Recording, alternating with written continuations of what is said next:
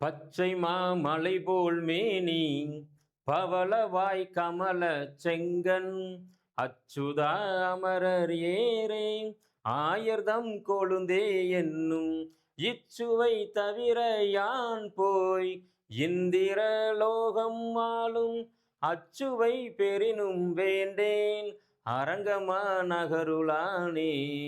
பச்சை மாமலை போல் மேனி. தொண்டரடி பொடியாழ்வாருடைய 4000 திவ்ய பிரபந்தத்திலிருந்து ஒரு பாடல் இது. எதுக்கு இப்போ பக்தி இலக்கியம் நடத்திட்டு இருக்கேன்னு பார்க்குறீங்களா? இல்லை, இந்த பாடலை சார்ந்து தான் இன்றைய இலக்கண தலைப்பு இருக்கிறது. அணி இலக்கணம் தான் நடத்த போகிறோம். அணி இலக்கணத்தில் ஊமையணி பார்க்க இருக்கிறதுனால இந்த பாடலில் நிறைய ஊமைகள் இருக்குது. அதனால் என்ன செய்கிறோம், இந்த பாடலை பாடி இந்த வகுப்பை ஆரம்பிக்கிறோம். சரிங்களா? இந்த பாடலுடைய பொருளை கவனிங்களேன். திருமாலுடைய மேனியை தொண்டரடி பொடியாழ்வார் ரொம்ப அருமையாக என்ன செய்திருப்பார், வர்ணனை செய்திருப்பார். அவருடைய மேனி எப்படிப்பட்டது அப்படின்னா, பச்சை மாமலை போல். போல் என்பது என்னது, ஓம உருவு. சரிங்களா? பச்சை பசுமை நிறைந்த மானா பெரியது, ஓரெழுத்து ஒரு மொழி. சரிங்களா? மா அப்படின்னா பெரிய என்கின்ற ஒரு பொருள் உண்டு. மா என்பதற்கு விலங்கு என்கின்ற ஒரு பொருளும் உண்டு. சரிங்களா? மா என்பது உரிச்சொல் தொடரும் கூட. ஒரு விஷயத்துல எவ்வளவு வருதுன்னு பாருங்க. அப்பங்க மாமலை போல், பெரிய மலை போல. இங்க என்னது, உரிச்சொல் தொடர். மாமலை, மலைதான். எப்படிப்பட்ட மலை? மாமலை போல் மேனி. யாரு? திருமாலுடைய மேனி. பவளம் போன்ற வாய். திருமாலுடைய வாய் எப்படிப்பட்டது? பவளம் சிவப்பா இருக்குல்ல, சிவந்த வாயை உடையவன். இப்ப சிவந்த வாயை உடையவன் திருமால் அப்படின்னா சாதாரணமா இருக்கும். ஆனா அந்த கவிஞர்கள் என்ன செய்யறாங்க, பாடல்களை இயற்றுகின்ற பொழுது அழகு சேர்க்கிறாங்க. அந்த பாடலுக்கு அழகு சேர்க்கிறாங்க. சரிங்களா? அப்ப பவள வாய், கமல செங்கன், சிவந்த கண். எப்படிப்பட்ட சிவந்த கண்ணா? கமலம் போன்று சிவந்த கண். கமலம்னா தாமரை. தாமரை போன்ற சிவந்த கண்களை உடையவன் திருமால். பச்சை மா மலை போல் மேனி பவளவாய் கமல செங்கன். எவ்வளவு அழகான ஊமை தொடர்கள் பாருங்க. சரிங்களா? இன்றைக்கு நாம் 7ஆம் வகுப்பு 3ஆம் பருவத்தில் இயல் 1ல் பார்க்க இருக்கிற தலைப்பு அணி இலக்கணம். அணி என்னும் சொல்லுக்கு என்ன பொருள்? அழகு என்பது பொருள். உவமை அணி முதல்ல கொடுத்துருக்கக்கூடியது உவமை அணி கொடுத்துருக்காங்க. இப்ப பாடத்தில் என்ன கொடுக்குறாங்க அப்படின்னா,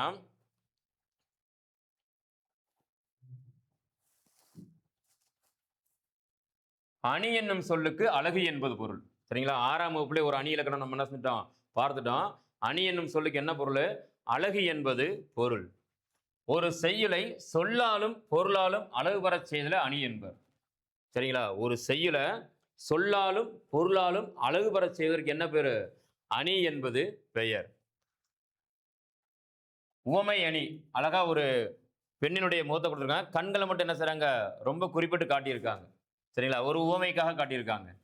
இப்போ உவமை அணி, உவமை என்னும் சொல்லினுடைய பொருள் என்ன அப்படின்னா, ஒப்பிடுவது. சரிங்களா?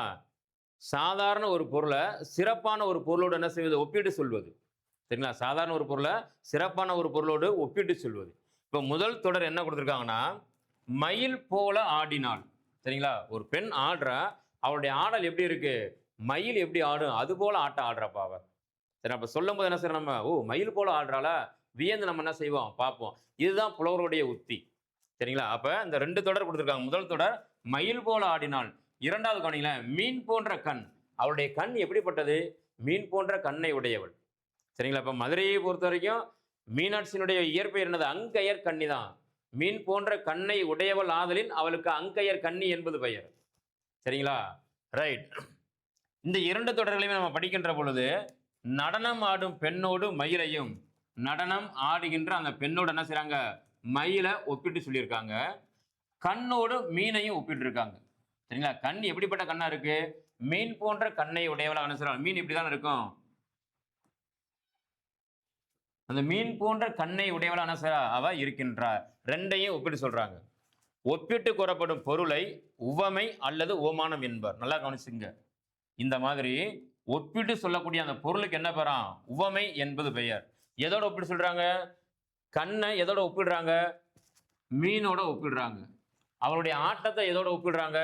மயிலோடு ஒப்பிடுறாங்க. இந்த மாதிரி ஒப்பிட்டு சொல்லக்கூடிய அந்த பொருளுக்கு உவமை என்பது பெயர். இந்த உவமைக்கு வழங்கக்கூடிய இன்னொரு பெயர் தான் உவமானம். நல்லா கவனிச்சுங்க. உவமைக்கு வழங்கும் வேறு பெயர் உவமானம். சரிங்களா? ஒப்பிட்டு கூறப்படும் பொருளுக்கு என்ன பேரு? உவமை என்பது பெயர். அப்ப உவமேயம்னா என்ன சார் அப்படின்னா, இந்த உவமையால விளக்கப்படும் பொருள். இப்ப மீன், அதால என்ன பொருளை விளக்குறாங்க அப்படின்னா கண்ணு. சரியா? மீன் தான். மீன் போன்றது எது? கண். அவளுடைய கண். அதுதான் உவமேயம். சரிங்களா? உவமேயம் என்பது என்னது? உவமையால் விளக்கப்படும் பொருளுக்கு தான் என்ன பேரு? உவமேயம் என்பது பொருள். இந்த மாதிரி உவமைக்கும் உவமேயத்துக்கும் இடையில இருக்கக்கூடிய உறுப்பு இருக்குல்ல, அந்த உறுப்புக்கு உவம உறுப்பு என்பது பெயர். உவமைக்கும் உவமேயத்திற்கும் இடையில் வரக்கூடிய, வெளிப்படையாக வரக்கூடிய அந்த உவம உறுப்புக்கு என்ன பேரு?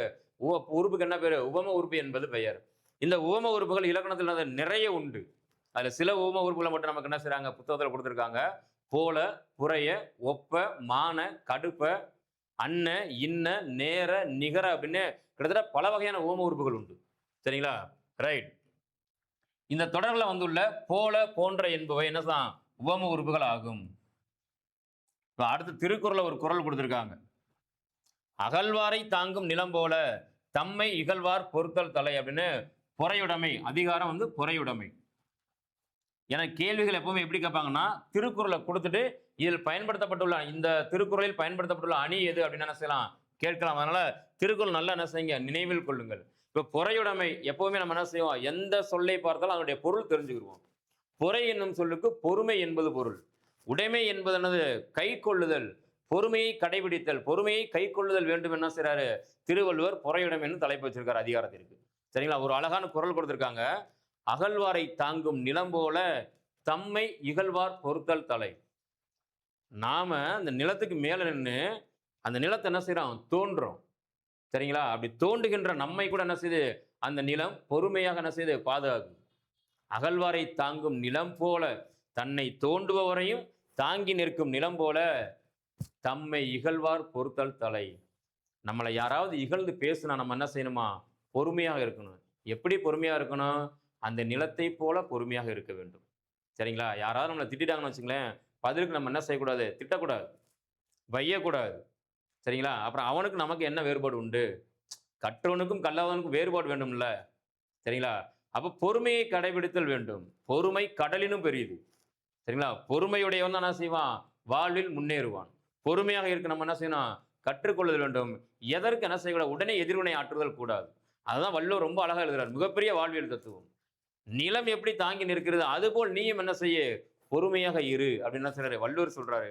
நமக்கு இங்க அணி என்ன சொல்றாங்க அப்படின்னா, அகழ்வாரை தாங்கும் நிலம் போல. போல என்ற ஓம உறுப்பு வெளிப்படையாக வந்திருக்கு. விஷயம் என்ன அப்படின்னா, கொடுக்கப்பட்டுள்ள திருக்குறள்ல போல என்னும் உவம உறுப்பு வெளிப்படையாக வந்தால் அது உவமையணி. அவ்வளவுதான். ரொம்ப எளிமையா புரிஞ்சுக்குங்க.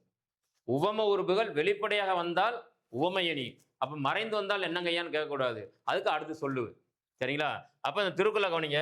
பூமி தன்னை தோண்டுபவரை பொறுத்துக் கொள்வது போல நாம் நம்மை இகழ்ந்து பேசுபவரை பொறுத்துக் கொள்ள வேண்டும் என்பது இந்த குறளினுடைய பொருள். இதில் பூமி தன்னை தோண்டுபவரை பொறுத்துக் கொள்ளுதல் என்பது உவமை. இதுல உவமை எது? இந்த பூமி தன்னை தோண்டுபவர் என்ன செய்து பொறுத்துக் கொள்ளுது, அது உவமை. பூமி தன்னை தோண்டுபவரை பொறுத்துக் கொள்ளுதல் என்பது என்னது? உவமை. நாம் நம்மை இகழ்ந்து பேசுபவரை பொறுத்து கொள்ள வேண்டும் என்பது ஒப்பிடப்படக்கூடிய பொருள். சரிங்களா? அதனால அது உவமேயம். சரிங்களா? நாம் நம்மை இகழ்ந்து பேசுபவரை பொறுத்து கொள்ள வேண்டும் என்பது ஒப்பிடப்படும் பொருள். அப்ப உவமேயம் என்பது என்னது? ஒப்பிடப்படும் பொருள். நல்லா ஞாபகத்தில் வச்சுக்கோங்க. உவமேயம் ஒப்பிடப்படும் பொருள். சரிங்களா? உவமை அதோடைய சிறப்பான பொருள். சரிங்களா? ரைட். அப்புறம் போல என்பது என்னது? உவம உருவு. அதை ஏற்கனவே சொல்லிட்டோம். ஒரு பாடல்ல உவமையும் உவமேயமும் வந்து உவம உருவு வெளிப்படையாக வந்தால் அது உவமையணி எனப்படும். வினா கேட்கிறா இருந்தா இப்படிதான் கேட்பாங்க. சரிங்களா? அணியை பொறுத்த வரைக்கும் கண்டிப்பாக என்ன இருக்கும்? ஆசிரியர் தகுதி தேர்வில் கண்டிப்பாக வினா இடம்பெறும், உறுதியாக இடம்பெறும். இந்த அணியை வைத்து எப்படி வினாக்கள் எழுப்புவாங்க அப்படின்னா, ஒன்று திருக்குறளை கொடுத்து அந்த குறளில் பயன்படுத்தப்பட்டுள்ள அணி எது என்று கேட்கலாம், அல்லது அணிக்கான விளக்கத்தை கொடுத்து இது எந்த அணி என்று என்ன செய்யலாம்? கேட்கலாம். சரிங்களா? இந்த ரெண்டு வகையில் என்ன செய்ய முடியும்? பெரும்பாலும் வினாக்கள் அவங்களால கேட்க முடியும். சரிங்களா? ரைட். அப்ப உவமையும் உவமேயமும் வந்து உவம உறுப்பு வெளிப்படையாக வந்தால் அது உவமையணி எனப்படும். இதுல நமக்கு கீ என்னன்னா இதுதான் முக்கியமானது. உவம உறுப்பு வெளிப்படையாக வரணும். சரிங்களா? உவமையும் உவமேயமும் வந்து உவம உறுப்பு என்ன செய்யணும்? வெளிப்படையாக வந்துச்சுன்னா அது என்ன அணி? உவமை அணி. போல, புறைய, அன்ன, இன்ன, அற்று, மான, கடுப்ப, ஒப்ப, உரல, இதெல்லாம் உவம உறுப்புகள். ஏன் இதெல்லாம் அவ்வளவு வாசிச்சு காட்டுறேன்னா, சில நேரங்கள்ல கீழ்கண்டவற்றுள் உவம உறுப்பு எதுன்னு கொடுத்துட்டு சம்மந்தமில்லாததா கொடுத்துட்டு என்ன சொல்லுவாங்க, அதுல உரல அப்படின்னு வச்சிருவாங்க. இதை எல்லாத்தையும் விட்டுருவாங்க. விட்டுட்டு இந்த உரல என்று சொல்லக்கூடிய இந்த ஓம உறுப்பு என்ன செய்றாங்க, 4 விடை குறிப்புகளை ஒன்றா கொடுத்துருவாங்க. மீதி இருக்கிற என்ன செய்றாங்க, மாற்றி மாற்றி ஏதாவது இடை சொற்களை கூட என்ன செய்யலாம் கொடுக்கலாம். இல்ல வேற ஏதாவது ஒரு சொற்களை கூட என்ன செய்யலாம் கொடுக்கலாம். சரிங்களா? கொடுத்து நம்மள என்ன செய்வாங்க, குழப்பற மாதிரி கேட்பாங்க. அப்ப உவம உறுப்புகளை நல்லா தெளிவா பார்த்துக்குங்க. பாட புத்தகத்தில் இருக்கிறது இந்த உவம உறுப்புகள் தான். சரிங்களா? போல, புறைய, அன்ன, இன்ன, அற்று, மான, கடுப்ப, ஒப்ப, கடைசியில உரல, இதெல்லாம் என்னது, உவம உறுப்புகள். உவம உறுப்புகள். ரைட். இப்போ உவமை அணி என்னன்னு பார்த்துட்டோம். உவமையும் உவமேயமும் வந்து உவம உறுப்பு வெளிப்படையாக வந்தால் அது உவமை அணி அப்படின்னு பார்த்துட்டோம். அடுத்து என்ன பார்க்க போறோம் அப்படின்னா, எடுத்துக்காட்டு உவமை அணி. அடுத்து என்ன பார்க்க போறோம், எடுத்துக்காட்டு உவமை அணி. தொட்டனைத்து ஊரும் மணற்கேணி மாந்தருக்கு கற்றனைத்து ஊரும் அறிவு. கல்வி என்னும் அதிகாரத்துல ஒரு அழகான குறள். தொட்டனைத்து ஊரும் மணற்கேணி மாந்தருக்கு கற்றனைத்து ஊரும் அறிவு. இந்த மணற்கேணி, கேணினா கிணறு என்பது பொருள். சரிங்களா? இந்த மணலை தோண்ட தோண்ட தோண்ட தோண்ட என்ன செய்யும், நீர் அப்படியே ஊறிக்கொண்டே வரும். அதுபோல நாம் நிறைய நூல்களை கற்க கற்க கற்க அறிவு பெருகும். சரிங்களா? மணலை தோண்ட தோண்ட நீர் ஊறுவது போல நாம் நிறைய நூல்களை கற்க கற்க படிக்க படிக்க என்ன செய்யுமா, அறிவு மிகும். நுண்ணிய நூல்பல கற்பினும் மற்றும் தம் உண்மை அறிவே மிகும். அது அது இது இந்த குறளை ஞாபகத்தில் வச்சுக்கோங்க. நுண்ணிய நூல்பல கற்பினும் மற்றும் தன் உண்மை அறிவே மிகும். அதையும் கொஞ்சம் என்ன செய்ய ஞாபகத்தில் வச்சுங்க. என்ன நிறைய நூல்களை படித்தா நம்மகிட்ட என்ன உண்டு, ஒரு அறிவு உண்டு. சரிங்களா? ரைட். இங்க இந்த குறளுக்கு வாங்க. தொட்டனைத்து ஊரும் மணற்கேணி மாந்தருக்கு கற்றனைத்து ஊரும் அறிவு. கல்வி அதிகாரத்தில் அழகான ஒரு குறள். மணற்கேணியில் தோண்டிய அளவிற்கு நீர் ஊறும். மணற்கேணியில் எந்த அளவுக்கு நம்ம மண்ணை தோன்றோமோ அந்த அளவுக்கு என்ன செய்யும், நீர் ஊறிக்கொண்டே இருக்கும். சரிங்களா? அதுபோல மனிதர்கள் கற்கும் அளவிற்கு ஏற்ப அறிவு பெருகும். சரிங்களா? எத்தனை நூல்களை படித்திருக்கிறோமோ அந்த அளவுக்கு என்ன செய்யும், கருத்துக்கள் நம்மகிட்ட இருக்கும். அந்த அளவுக்கு அறிவு என்ன செய்யும், நம்ம கிட்ட இருக்கும். அப்ப நிறைய நூல்கள் நம்ம என்ன செய்யணும், படிக்க வேண்டும் என்பதுதான் வள்ளுவருடைய கருத்து. ஏன்னா நிறைய நூல்களை கற்றல் வேண்டும். இவ்வளவுதான் இல்ல, தமிழ் மொழியை பொறுத்த வரைக்கும் அவை பற்றி சொல்வது போல கற்றது கைமண் அளவு, கல்லாதது உலகளவுன்னு அவையே சொல்றார். அனைத்தும் அறிந்த அவையே அப்படி சொல்லும் போது நம்மளாம் தமிழை எவ்வளவு படிச்சிருப்போம் பார்த்துக்குங்க. கற்றது கைமண் அளவு, கல்லாதது உலகளவு அப்படின்னு சொல்றா அவை சொல்றான். ரைட். அப்ப நம்ம எந்த அளவுக்கு படிக்கிறோமோ படிப்பதற்கு ஏற்ப என்ன செய்யும், அறிவு பெருகும் என்பது இந்த குறளினுடைய கருத்து. இதில் தொட்டனைத்து ஊரும் மணற்கேணி என்பது உவமை. இதுல உவமை எது அப்படின்னா, தொட்டனைத்து ஊரும் மணற்கேணி, அதுதான் உவமை. தொட்டனைத்து ஊரும் மணற்கேணி என்பது உவமை. மாந்தருக்கு கற்றனைத்து ஊரும் அறிவு என்பது உவமேயம். இது உவமேயம். சரிங்களா? தொட்டனைத்து ஊரும் மணற்கேணி என்பது உவமை. மாந்தருக்கு கற்றனைத்து ஊரும் அறிவு என்பது என்னது, உவமேயம். ஐயா அதில் எங்கேயுமே இந்த உவம உறுப்புகள் ஒன்றை கூட காணாமே அப்படின்னு நினைச்சீங்கன்னா, இப்ப நான் சொன்னேன்ல, தொட்டனைத்து ஊரும் மணற்கேணி. சரிங்களா? மணற்கேணியை தோண்ட தோண்ட நீர் பெருகும் அது போல அப்படின்னு பேச்சு வழக்கில் நான் சொன்னேன். அப்போ உவம உறுப்பு அங்கே என்ன செஞ்சிருக்கு, மறைந்திருக்கிறது. விஷயம் எவ்வளவுதான். உவமை அணிக்கும் எடுத்துக்காட்டு உவமை அணிக்கும் உள்ள வேறுபாடு இதுதான், ஒரு சிறிய வேறுபாடு தான். சரிங்களா? உவம உறுப்பு வெளிப்படையாக வந்தால் அது உவமை அணி. உவம உறுப்பு மறைந்து வந்தால் அது எடுத்துக்காட்டு உவமை அணி. வேலை முடிஞ்சு போச்சு. அப்ப மாந்தருக்கு கற்றனைத்து ஊரும் அறிவு என்பது உவமேயம். உவமைக்கும் உவமேயத்துக்கு இடையில இந்த அது போல அப்படிங்கிற உவம உறுப்பு என்ன செஞ்சிருக்கு, மறைந்து வந்துள்ளது. இவ்வாறு இதுதான் வினா. உவமை ஒரு தொடராகவும் உவமேயம் ஒரு தொடராகவும் வந்து உவம உறுப்பு மறைந்து வந்தால் அது எடுத்துக்காட்டு உவமையணி ஆகும். நல்லா ஞாபகத்தில் வச்சுக்கோங்க. உவமை ஒரு தொடரா இருக்கணும், உவமேயமும் ஒரு தொடரா இருக்கணும். இரண்டு தொடர்களுக்கு இடையில உவம உறுப்பு மறைந்து வந்தால் அது எடுத்துக்காட்டு உவமையணி. நல்லா நினைவில் கொள்ள வேண்டும். கேள்வி என்ன செய்வாங்க, இப்படிதான் கேட்பாங்க. உவமை ஒரு தொடராகவும் உவமேயம் ஒரு தொடராகவும் வந்து உவம உறுப்பு மறைந்து வந்தால் அது எடுத்துக்காட்டு உவமையணி ஆகும். அடுத்த மூன்றாவதாக கொடுத்திருக்கக்கூடிய அணி எது அப்படின்னா, இல் பொருள் உவமையணி. சரிங்களா? அதென்ன இல் பொருள் உவமையணி, அதென்ன ஒரு பொருள், இல் என்பதற்கு இல்லாத என்பது பொருள். சரிங்களா? இந்த உலகத்துல இல்லாத ஒரு பொருளை வைத்து உவமைப்படுத்தி சொல்வது. சரிங்களா? அதென்ன அந்த உலகத்துல இல்லாத ஒரு பொருள், என்ன சொல்றான்னு கவனிங்க.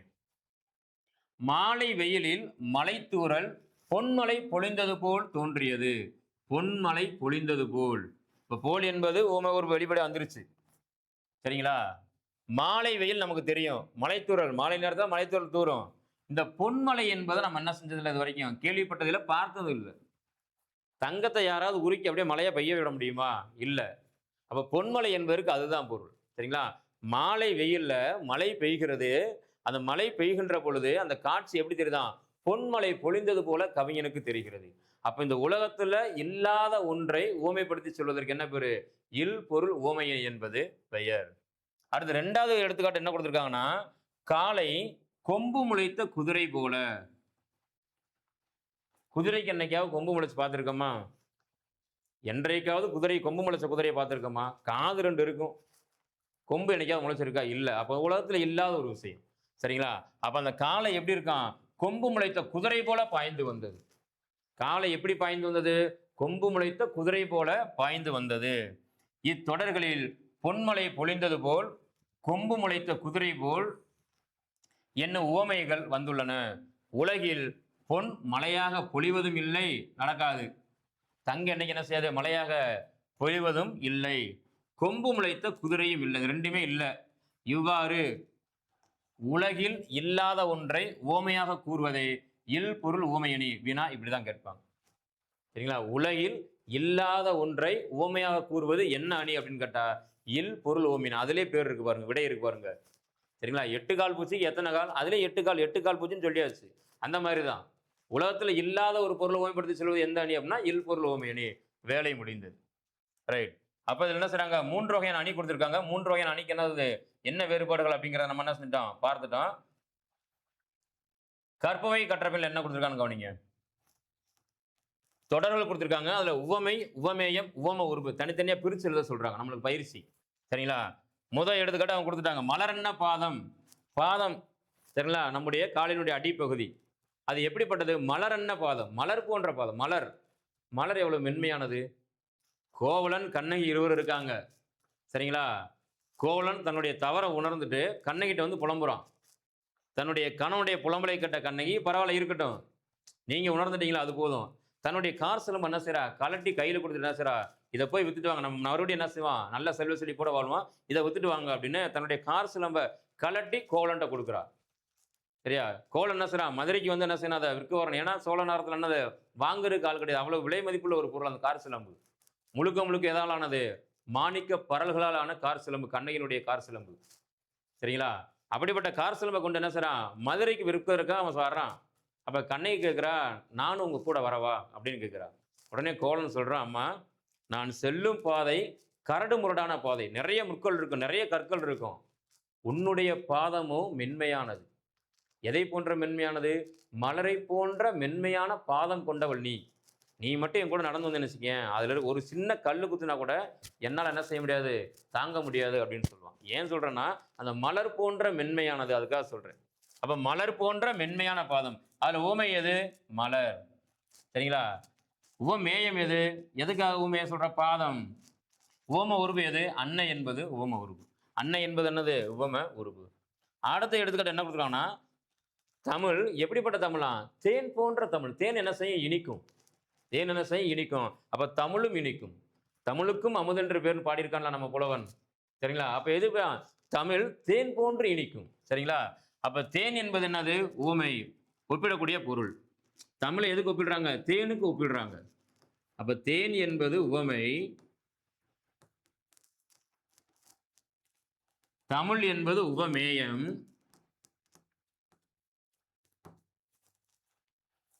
போன்ற என்பது உவம உருவு.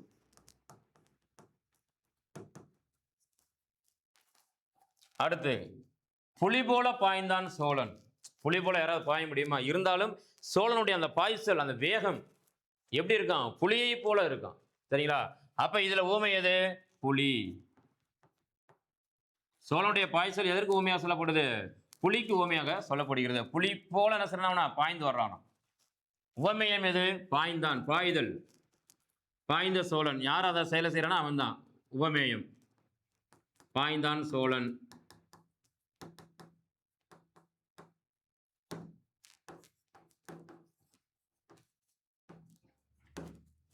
இதுல இருக்கக்கூடிய ஓம உருவு எது? போல. வெளிப்படையாக என்ன செய்யுது? தெரிகிறது. போல. அடுத்து மயில் ஒப்ப ஆடினாள் மாதவி. மயில் போல ஆடுறானா யாரு? மாதவி. மயிலுக்கு நிகர ஆடுற, மயில் போல ஆடுறா. ஒப்புதல் என்பது என்னது? மயில் போலவே. சரிங்களா? யாரு? மாதவியினுடைய ஆடல் அப்படி இருக்கும். சரிங்களா? மாதவியினுடைய ஆடல் எப்படி இருக்கு? மயிலுக்கு ஒப்பா. அப்ப என்னது? ஊமை எது? மாதவி என்பவளை எதற்கு ஒப்பிட்டு சொல்றாங்க? மயிலுக்கு ஒப்பிட்டு சொல்றாங்க. அப்ப அது என்ன? உவமைனாலே ஒப்பிடுதல். அப்ப மயில் தான் என்னது இங்க? உவமை. உவமேயம் என்னது? மாதவி. மாதவியினுடைய ஆட்டத்தை சொல்றாங்க. ஆடினாள் மாதவி. ஆடுதல் அப்படின்னாலும் சரி, ஆடினாள் அப்படின்றதுனாலும் சரி. ஆடினாள் மாதவி. இங்க உவம உறுப்பு எது? ஒப்ப என்பது உவம உறுப்பு. நல்லா கவனிச்சுங்க. ஒப்ப. சில நேரங்கள் இப்படி ஒரு சொற்றொடரை கொடுத்துட்டு இதில் பயன்படுத்தப்பட்டுள்ள உவம உருவு, இதில் வந்துள்ள உவம உருவு இதுன்னு கூட என்ன செய்யலாம்? நம்மகிட்ட கேட்கலாம். சரிங்களா? நம்ம என்ன செய்யக்கூடாது? குழம்பிடக்கூடாது. அப்போ ஒப்ப என்பது என்னது? உவம உருவு.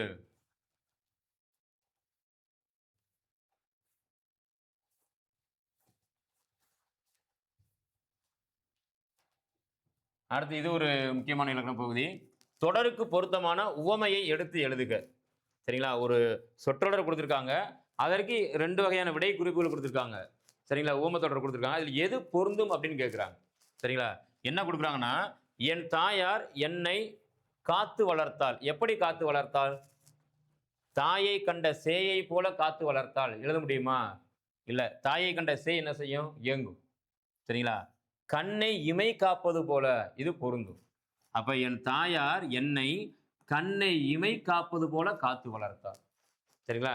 இந்த உள்ள இருக்கிற கண்ணை இமைகள் என்ன செய்தான்? அப்படியே காத்து நிற்கு. அதுபோல அந்த குழந்தை என்ன செய்றா? தாய் காத்து நிற்கின்றாள். அப்ப இங்க எது பொருந்தும்? கண்ணை இமை காப்பது போல என்பது பொருந்தும். அடுத்து 2வது என்ன கொடுத்துருக்காங்கன்னா, நானும் என் தோழியும் இணைந்து இருப்போம். எப்படி இணைந்திருப்போம்? இஞ்சி தின்ற குரங்கு போல இணைந்திருப்போம். இஞ்சி தின்ற குரங்கு போல என்பதனுடைய பொருள் என்ன? உம்முன்னு இருக்கிறது. என்ன நடந்தாலும் எந்த எக்ஸ்பிரஷன் கொடுக்காம என்ன செய்யறது? உம்முனே இருப்பாங்க. ஏன்டா எப்ப பார்த்தாலும் மூஞ்சி இஞ்சி தின்ன குரங்கு மாதிரி வச்சிருக்க அப்படின்னு என்ன செய்வான்? திட்டுவான். அவன் ஒரு சிறுமூஞ்சி பையன். எப்ப பார்த்தாலும் இஞ்சி தின்ன குரங்கு மாதிரி மூஞ்சி வச்சிருக்கான். அது. அப்ப இங்க என்ன செய்யாது? பொருந்தாது. ஏன்னா நானும் என் தோழியும் என்ன செய்ய மாட்டான்? இஞ்சி தின்ன குரங்கு போல என்ன செய்ய மாட்டான்? இருக்க மாட்டான். அப்ப எப்படி இருப்போம்? நகமும் சதையும் போல ஒன்றி இணைத்தல். சரிங்களா? இந்த நகத்தையும் சதையும் பிரிக்க முடியுமா? இல்ல. 2மே என்ன செய்யுது? ஒற்றுமையா இருக்கு. ஒட்டி இருக்கு. சரிங்களா? அப்ப அதுதான் என்ன செய்யும்? பொருந்தும். அப்ப நானும் என் தோழியும் நகமும் சதையும் போல இணைந்திருப்போம். இதுதான் அது சரியானது. அடுத்து 3வது, திருவள்ளுவரின் புகழை உலகமே அறிந்துள்ளது. எப்படி உலகமே அறிந்துள்ளது? எலியும் பூனையும் போல. அப்ப எலியும் பூனையும் போல என்னுடைய பொருள் என்ன? 2மே பொருந்தா. சண்டை போட்டுட்டே இருக்கும். சண்டையிடுதல். சரிங்களா? நானும் என் தோழியும் எலியும் பூனையும் போல சண்டையிடும். அது சரியா இருக்கு அங்க. ஆனா இங்க திருவள்ளுவருடைய புகழை உலகமே அறிந்துள்ளது. அப்ப எலியும் பூனையும் போல தவறு. எப்படி அறிந்தது? உள்ளங்கை நெல்லிக்கனி போல வெளிப்படையாக. உள்ளங்கையில் அப்படி நெல்லிக்கனி வச்சா என்ன செய்யும்? எல்லோருக்கும் வெளிப்படையா தெரியும். சரிங்களா? அப்ப திருவள்ளுவரின் புகழை உள்ளங்கை நெல்லிக்கனி போல உலகமே அறிந்துள்ளது என்பதுதான் அது சரி. இங்க உள்ளங்கை நெல்லிக்கனியை போல என்பதுதான் சரி. அடுத்து அப்துல் கலாமின் புகழ் உலகெங்கும் பரவியது. எப்படி உலகெங்கும் பரவியது? குடத்துள் இட்ட விளக்கு போல பரவி இருக்குமா? அதை பாருங்களேன். குடத்துக்கு உள்ள இருக்கக்கூடிய விளக்கு என்ன செய்யும்? குடத்துக்குள்ள மட்டும்தான் என்ன செய்யும்? வெளிச்சம் தரும். வெளியே மற்றவருக்கு என்ன செய்யாது? அது வெளிச்சம் தராது. ஐயா அப்துல் கலாமுடைய புகழ் அப்படியா? ராமேஸ்வரத்துக்குள்ள மட்டும்தான் அவருடைய புகழ் தெரியுமா? இல்ல. அப்ப எல்லா உலகெங்கும் என்ன செய்து அவருடைய புகழ் பரவி இருக்கிறது. அப்ப எதுதான் பொருந்தும்? குன்றின் மேலிட்ட விளக்கு போல. இதுதான் என்ன செய்யும்? பொருந்தும். சரிங்களா? குன்றின் மேலிட்ட விளக்கு போல. குன்றுக்கு மேல விளக்கு வச்சோன்னே அது எப்படி அந்த விளக்கின் ஒளி பறந்து எல்லோருக்கும் தெரிகிறதோ அதுபோல ஐயா மேதகு அப்துல் கலாம் அவருடைய புகழ் உலகெங்கும் என்ன செய்து பரவி நிற்கின்றது. அப்ப குன்றின் மேலிட்ட விளக்கு போல என்பதுதான் சரி. சிறு வயதில் நான் பார்த்த நிகழ்ச்சிகள் என் மனதில் பதிந்தன. எப்படி பதிந்தன? கிணற்று தவளை போல பதிந்தன. சொல்ல முடியுமா? கிணற்று தவளை போல அதனுடைய பொருள் என்ன? வெளி உலகமே அறியாமல் இருக்கிறது. வெளி உலகமே அறியாமல் இருப்பது. அப்ப இங்க அது என்ன செய்யாது? பொருந்தாது. எது பொருந்தும்? பசுமரத்து ஆணி போல பதிந்தது. சிறு வயதில் நான் பார்த்த நிகழ்ச்சிகள் பசுமரத்து ஆணி போல் என் மனதில் ஆழமாக பதியுது. பசுமரத்து ஆணி போல்னா அதுக்கு என்ன பொருள் அப்படின்னா ஒண்ணும் இல்ல. பசுமையான மரத்துல ஆணியை வச்சாதான் என்ன செய்யும்? ஆணி வேகமா உள்ள இறங்கும். அது போலதான் ஆழமா உள்ள இறங்கும். அது போலதான் சிறு வயதுல நான் பார்த்த நிகழ்ச்சிகள் என்ன செய்யுது? பசுமரத்து ஆணி போல என் மனதில் என்ன செய்து பதிந்து நிற்கின்றது அப்படின்னு என்ன செய்றாங்க? சொல்றாங்க. சரிங்களா? அப்போ 7ஆம் வகுப்பு இயல் 1ல் அணி இலக்கணம்னது உவமை அணி, எடுத்துக்காட்டு உவமை அணி, கடைசியாக இல்பொருள் உவமை அணி அப்படின்னு 3 அணி என்ன செஞ்சிருக்கோம்? பார்த்திருக்கிறோம். இயல் 2லையும் 7ஆம் வகுப்புல அணி இலக்கணம் தான் கொடுத்துருக்காங்க. நம்ம என்ன அணி பார்க்க போறோம் அப்படின்னா, உருவக அணி அப்படின்னா என்னன்னு பார்க்க போறோம். உருவக அணி அப்படின்னா என்னன்னு பார்க்க போறோம். ஏற்கனவே உவமை அணி, எடுத்துக்காட்டு உவமை அணி, இல்பொருள் உவமை அணி அப்படின்னு 3 அணியை பார்த்திருக்கோம். அதனைத் தொடர்ந்து 4வதாக நம்ம பார்க்கக்கூடிய அணி வந்து உருவக அணி. உருவகம்னா என்ன அப்படின்னு முதல்ல சொல்றாங்க. ஒரு பொருளை விளக்க மற்றொரு பொருளை உவமையாக கூறுவது உவமை அணி அப்படின்றத முன்னால பார்த்துட்டோம் நம்ம. சரிங்களா? இது உவமை அணி. ஒரு பொருளை விளக்க மற்றொரு பொருளை உவமையாக கூறுவது என்னது? உவமை அணி அப்படின்றத முன்னால நம்ம என்ன செஞ்சுட்டோம்? பார்த்துட்டோம். ஆனா உருவக அணினா என்ன அப்படின்னா, உவமை வேறு, உவமிக்கப்படும் பொருள் வேறு என்று இல்லாமல் இரண்டும் ஒன்றே என்று தோன்றும்படி கூறுவது உருவக அணியாகும். இப்படி வினா கேட்கலாம். சரிங்களா? அணியினுடைய விளக்கத்தை கொடுத்து என்ன செய்வாங்க? வினா கேட்பாங்க. அப்ப உவமை வேறு, உவமிக்கப்படும் பொருள் வேறு என்று இல்லாமல் இரண்டுமே ஒன்றுதான் என்று தோன்றும்படி கூறுவது என்னது? உருவக அணி. அது வேறு இது வேறு கிடையாது, ரெண்டுமே ஒண்ணுதான், ரெண்டுமே ஒன்றுதான் என்று கூறுவதுதான் என்னது? உருவக அணி. இதில் உவமிக்கப்படும் பொருள் முன்னும் உவமை பின்னுமாக அமையும். இது ரொம்ப முக்கியம். உவமிக்கப்படும் பொருள் எதுவோ அது முன்னால சொல்லிடுவாங்க. சரிங்களா? உவமை என்ன செய்வாங்க? பின்னால சொல்லிடுவாங்க. சரிங்களா? இந்த வேறுபாடை நம்ம என்ன செய்யணும்? தெரிந்து கொள்ள வேண்டும். இப்ப எடுத்துக்காட்டு என்ன பண்ணுறோம்னா, தேன் போன்ற தமிழ் என்று கூறுவது உவமையாகும். சரிங்களா? தேன் போன்ற தமிழ் என்று கூறுவது உவமை. ஏன்னா போன்ற என்கின்ற உவம உருவு வெளிப்படையாக வந்திருக்கு. அதனால அதை உவமை அணி நம்ம என்ன செய்வோம்? சொல்லிடுவோம். தமிழாகிய தேன் என்னும் பொருளில் தமிழ் தேன் என்று கூறுவது உருவகம் ஆகும். சரிங்களா? தேன் போன்ற தமிழ் அப்படிங்கிற சொற்றொடரை சுருக்கம் நம்ம எப்படி சொல்றோம்? தமிழாகிய தேன், அதாவது தமிழ் தேன் அப்படின்னு சொல்றோம். தேன் தமிழ் என்பதற்கும் தமிழ் தேன் என்பதற்கு என்ன உண்டு? சிறு வேறுபாடு உண்டு. சரிங்களா? அதுதான் அது உருவகம். வெள்ளம் போன்ற இன்பத்தை இன்ப வெள்ளம் என்று கூறுவதும், கடல் போன்ற துன்பத்தை துன்ப கடல் என்று கூறுவதும் உருவகம் ஆகும். சரிங்களா? அதான் சொல்றாங்க, உவமை வேறு, ஊமைக்கப்படும் பொருள் வேறு அப்படின்னு இல்லாம ரெண்டுமே ஒன்றுதான் அப்படின்னு சொல்றதுதான் உருவக அணி. சரிங்களா? இதுல விஷயம் என்ன அப்படின்னா, உவமைக்கப்படக்கூடிய பொருள் முன்னால வந்துடும். சரிங்களா? எப்படின்னா, கடல் எப்படிப்பட்ட கடல்னா? துன்பக் கடல். சரிங்களா? அதே மாதிரி தேன் போன்ற தமிழ் அப்படிங்கிறத இந்த தமிழ் என்ன செஞ்சிடும்? முன்னால வந்துடும். உவமைக்கப்படும் பொருள் என்ன செய்யும்? முன்னால வந்துடும். சரிங்களா? உவமை என்ன செஞ்சிடும்? பின்னால போயிடும். உவமை என்ன செஞ்சிடும்? பின்னால போயிடும். அப்ப தேன் தமிழ் மாற்றி உருவம் எழுதும் என்ன செய்வோம்? நம்ம தமிழ் தேன் அப்படின்னு என்ன செய்வோம்? எழுதுவோம். சரிங்களா? இந்த மாதிரி வரக்கூடிய என்ன செய்றாங்க? உருவக அணி அப்படின்னு சொல்றாங்க.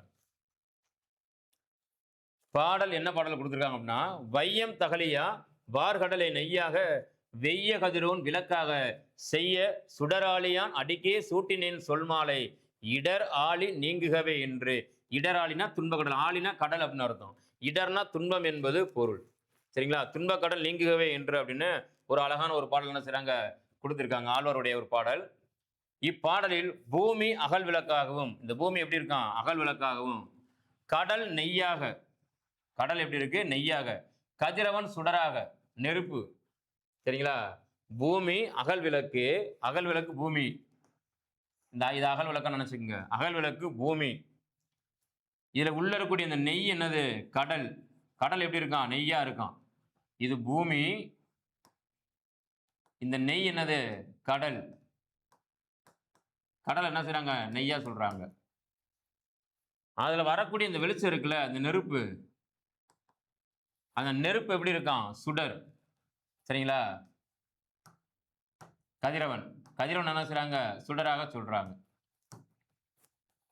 இந்த பாடல்ல வையம் தகலியா வார்கடலை நெய்யாக, கடலே நெய்யாக, வையம் தகலியா, வையம்னாத பூமி எப்படி? விளக்காக, வெய்ய கதிரோன் விளக்காக, கதிரோன் என்ன செய்றான்? விளக்காக இருக்கான். செய்ய சுடராளியான் அடிக்கே சூட்டினேன் சொல் மாலை. சரிங்களா? திருமாலை புகழ்ந்து என்ன செய்றான்? சொல்லாலான மாலை, அதான் பாமாலை. பூக்களால் தொடுத்தால் அது பூமாலை, செய்யுள் பாக்களால் தொடுத்தால் அது பாமாலை. சரிங்களா? அப்ப ஆழ்வார் என்ன செய்றாரு? செய்யுள் என்ன செய்றாரு? சொற்களை வரிசைப்படுத்தி திருமாலை புகழ்ந்து பாடுகின்றார். சுடர் ஆழியான் அடிக்கையை சூட்டினேன் சொல் மாலை இடராளி நீங்குகவே என்று என்கிட்ட இருக்கக்கூடிய இந்த துன்பக் கடல் நீங்கணும் என்று. அப்ப இந்த பாடல பூமி அகல்விளக்காக சொல்லப்படுது, கடல் நெய்யாக சொல்லப்படுது, கதிரவன் சுடராக என்ன செய்து உருவகப்படுத்தி உள்ளன. எனவே இந்த பாடல் உருவகணி அமைந்ததாகும். சரிங்களா? எதுக்கு உருவகப்படுத்தியிருக்கான்னு பார்த்துக்கு. இப்படி கொடுத்துட்டு இந்த பாடல் வரிகளை கொடுத்துட்டு பாடல் வரிகள் இடம்பெற்றுள்ள அணி எதுன்னு கேட்டால் நமக்கு என்ன செய்யணும், சொல்ல தெரியணும். இடராளி என்பதனுடைய பொருள் என்னன்னு கேட்டால் துன்பக் கடல். ஆளினா கடல், இடர் என்பதற்கு துன்பம் என்பது பொருள். சரிங்களா? இதை நமக்கு என்ன செய்யணும், சொல்ல தெரியணும். அடுத்த அணி என்ன கொடுத்துருக்காங்கன்னா ஏகதேச உருவக அணி. அடுத்து என்ன அணி அப்படின்னா ஏகதேச உருவக அணி. ஏக் அப்படின்னாலே ஒன்று அப்படின்னு அர்த்தம். சரிங்களா? ஹிந்தியில் நம்ம என்ன சொல்லுவோம், ஏக் தோன் தீன் சார்னு சொல்றோம்ல, ஏக் அப்படின்னால என்னது, ஒன்று. இப்ப ஏகதேச உருவக அணி. அறிவு என்னும் விளக்கை கொண்டு அறியாமையை நீக்க வேண்டும். நம்மகிட்ட இருக்கக்கூடிய அறியாமையை எப்படி நீக்கணும் அப்படின்னா நம்ம கிட்ட இருக்கக்கூடிய அறிவு தான் என்ன செய்யும், மதி. சரிங்களா? அந்த அறிவு தான் என்ன செய்யும், நம்மகிட்ட இருக்கக்கூடிய அறியாமையை நீக்கும். சரிங்களா? அதனாலதான் ஆறாவது அறிவுன்னு சொல்றாங்க, பகுத்தறிவு. 6 அறிவு உடையவன் மனிதன். ஏன் அந்த 6வது அறிவு பகுத்தறிவுன்னு சொல்றான், நல்லது எது கெட்டதுன்னு பகுத்து அறிய தெரியும். அப்ப அறியாமையை விலைக்கு அறிவை தருவதானது கல்வி. இத்தொடரில் அறிவு விளக்காக உருவகப்படுத்தப்பட்டு உள்ளது. சரிங்களா? அறிவு தானது விளக்காக உருவப்படுத்தியிருக்காங்க. அறியாமை இருளாக உருவப்படுத்தப்படவில்லை. இவ்வாறு கூறப்படும் இரு பொருள்களில் ஒன்றை மட்டும் உருவகப்படுத்தி மற்றொன்றை உருவப்படுத்தாமல் விடுவது. இதுதான் வினா. 2 பொருட்கள் சொல்றாங்க, அதுல ஒன்றை மட்டும் உருவகப்படுத்திட்டு இன்னொன்றை உருவகப்படுத்தாம விடுவதுதான் ஏகதேச உருவக அணி. அதனாலதான் ஏக் அப்படின்னா ஒண்ணுன்னு சொன்னேன். ஒன்றை உருவகப்படுத்தி மற்றொன்றை உருவகப்படுத்தாமல் விட்டு விடுவது என்னது, ஏகதேச உருவக அணி. எளிமையா நீங்க என்ன சொல்லலாம், நினைவில் கொள்ளலாம். கூறப்படும் இரு பொருள்களில் ஒன்றை மட்டும் உருவகப்படுத்தி மற்றொன்றை உருவகப்படுத்தாமல் விடுவது ஏகதேச உருவக அணி. இது நல்லா என்ன செய்யுங்க, இந்த அணியினுடைய விளக்கத்தை நினைவில் வைத்துக் கொள்ளுங்க. ஒன்றை அப்படின்றத மட்டும் ஞாபகம் வச்சுங்க. ஏக்கு அப்படின்னாலே ஒன்று, அதை ஞாபகம் வச்சுக்கோங்க. 2 பொருள்கள்ல ஒன்றை உருவம் செய்து இன்னொன்றை உருவப்படுத்தாமல் விட்டு அது என்னது, ஏகதேச உருவக அணி. அப்ப அறிவு என்னும் விளக்கை கொண்டு அறியாமையை நீக்க வேண்டும். சரிங்களா? அறிவு என்னும் விளக்கை கொண்டு அறியாமையை நீக்க வேண்டும் அப்படின்னு இந்த அடியை கொடுத்து கூட என்ன செய்யலாம், பயன்படுத்தப்பட்டுள்ள அணி எது அப்படின்னு கூட என்ன செய்யலாம், கேட்கலாம். எடுத்துக்காட்டை கொடுத்து அதில் பயன்படுத்தப்பட்டுள்ள அணி எது அப்படின்னு என்ன செய்யலாம், கேட்கலாம். திருக்குறள் அழகான ஒரு குறள் உங்க. ஏகதேசம் ஒரு பகுதி அப்படின்னு அர்த்தமா.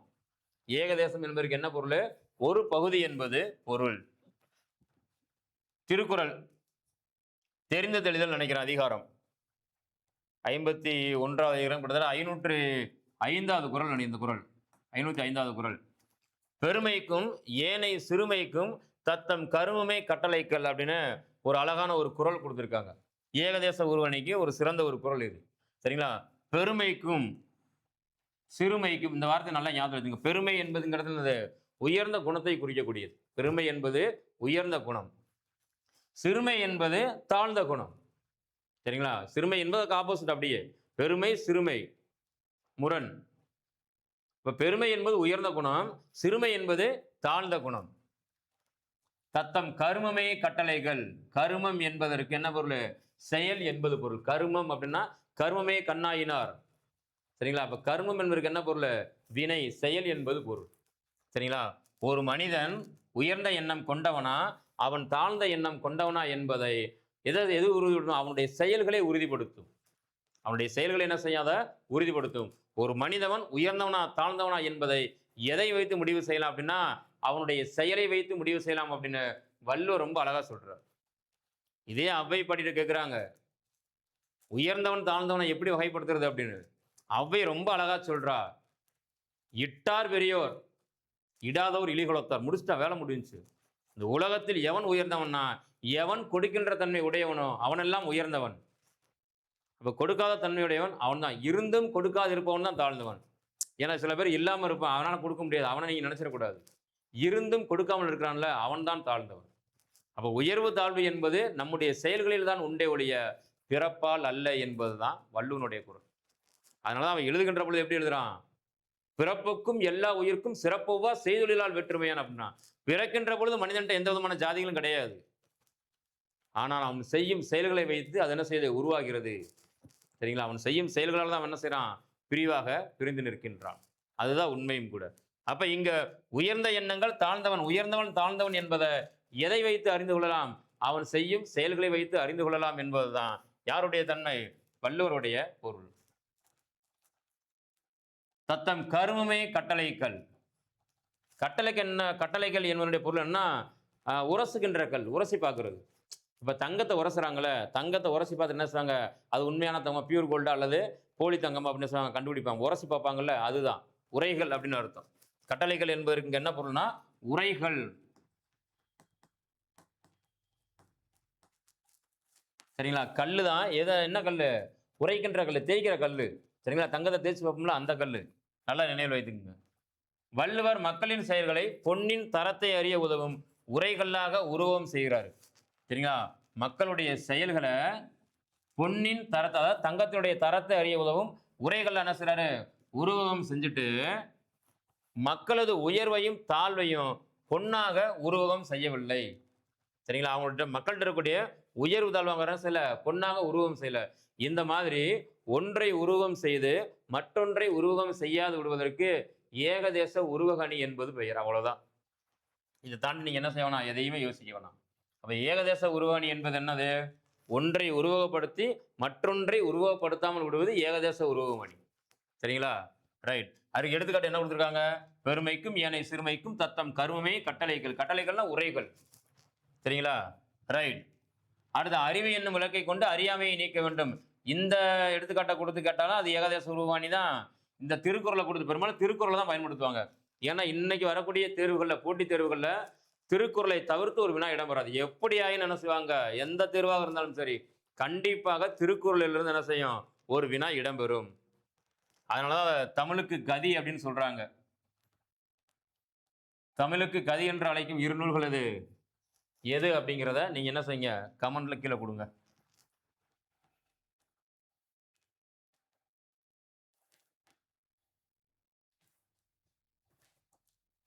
வேற எது மொழித்திறன் பயிற்சியில் இருக்கான்னு பார்ப்போம். சரி. அப்போ அணி இலக்கணம் 7ஆம் வகுப்பு 3ஆம் பருவத்தில் இயல் 1 இயல் 2ல் கிட்டத்தட்ட எத்தனை வகையான அணிகள் பார்த்துருக்கோம்? ஓமையணி அப்படின்னா என்னன்னு பார்த்துருக்கோம். அடுத்து எடுத்துக்காட்டு ஓமையணி அப்படின்னா என்னன்னு பார்த்துருக்கோம். இல்பொருள் ஓமையணி அப்படின்னா என்னன்னு பார்த்துருக்கோம். உருவக அணி. சரிங்களா? கடைசியாக என்ன செஞ்சோம்? உருவக அணி அப்படின்னு என்ன செஞ்சோம்? என்ன, அதனுடைய விளக்கம் என்ன, அதற்கான சான்றுகள் என்ன அப்படின்னு பார்த்துருக்கோம். கடைசியாக நம்ம பார்த்த அணி என்னது? ஏகதேச உருவக அணி. சரிங்களா? கிட்டத்தட்ட அதில் ஒரு 3, இதில் ஒரு 2 அப்படின்னு 5 அணிகள் என்ன செஞ்சிருக்கோம்? பார்த்துருக்கோம். கண்டிப்பாக இருந்து என்ன செய்வாங்க? 1 அல்லது 2 வினாக்கள் இடம்பெறும். 1 அல்லது 2 வினாக்கள் என்ன செய்யும்? கண்டிப்பாக இதிலிருந்து இடம்பெறும்.